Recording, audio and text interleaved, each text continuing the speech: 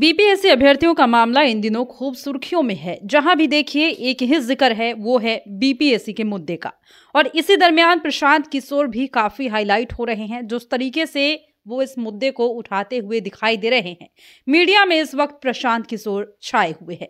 लेकिन ये तमाम चीजें नीतीश की मंत्री को नागवार गुजर गई। जी हां, हम बात कर रहे हैं लेसी सिंह की, जिन्होंने प्रशांत किशोर को खूब सुनाया है और साथ ही एक के बाद एक कई आरोप भी लगाए हैं। दरअसल मंत्री लेसी सिंह ने प्रशांत किशोर पर जुबानी हमला बोला है और ये कहा है कि ये लोग महज चेहरे को चमकाने की कोशिश कर रहे हैं।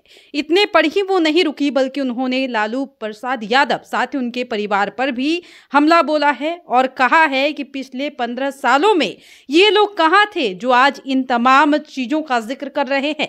यानी कि तेजस्वी यादव ने माई बहन योजना के तहत जो राशि देने का जिक्र किया, उस पर भी लेसी सिंह ने तेजस्वी यादव को सुनाया है और ये सवाल किया है कि आप उन 15 सालों में कहाँ थे जब ये योजनाएं धरातल पर नहीं थी, और आज जब नीतीश कुमार काम कर रहे हैं तो आप योजना लेकर सामने आते हैं।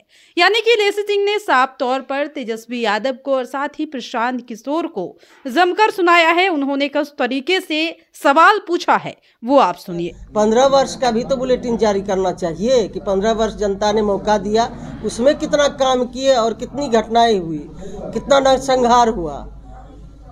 हमारी सरकार में कोई नरसंहार नहीं हुआ है, कोई जाति या धार्मिक दंगा नहीं हुआ है। यदि कहीं कोई कोशिश भी किया है तो उस पर कार्रवाई हुई है। तो ये बिहार में माननीय मुख्यमंत्री जी के नेतृत्व में एनडीए की सरकार की पहचान है, मुख्यमंत्री जी की पहचान है।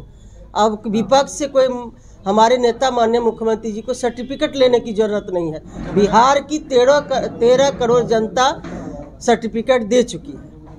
मैडम, इस बार की यात्रा में एक दिलचस्प बात ये देखने को मिल रही है कि मुख्यमंत्री अपने यात्रा के दौरान समीक्षा बैठक करें। इसके पहले भी यात्रा में समीक्षा बैठक करते हैं, लेकिन इस बार समीक्षा बैठक के दौरान उस जिले के लिए बड़ी घोषणाएं हो जा रही है जो इसके पहले नहीं होता था। तो क्या ये संकेत है कि इस यात्रा के बाद कोई बड़ी घोषणा की और भी तैयारी है सरकार की तरफ से? देखिए, जरूर सरकार तो हर हमेशा यात्रा का मकसद ही है कि हम जा रहे हैं जिले में, चाहे जनप्रतिनिधि हो, आम लोग हो, क्या उनकी अपेक्षाएं हैं, क्या और चाहते हैं, क्या और ज़रूरत है, उसके मुताबिक घोषणा करते हैं। यही तो यात्रा का मकसद है कि हम लोगों के बीच जाएं, लोगों से संवाद करें, चाहे जनप्रतिनिधि हो या आम लोग हो, और क्या हम बिहार के लिए कर सकते हैं। तो यही तो इस यात्रा का मकसद है। हर यात्रा में तो माननीय मुख्यमंत्री जी का यही रहता है। इस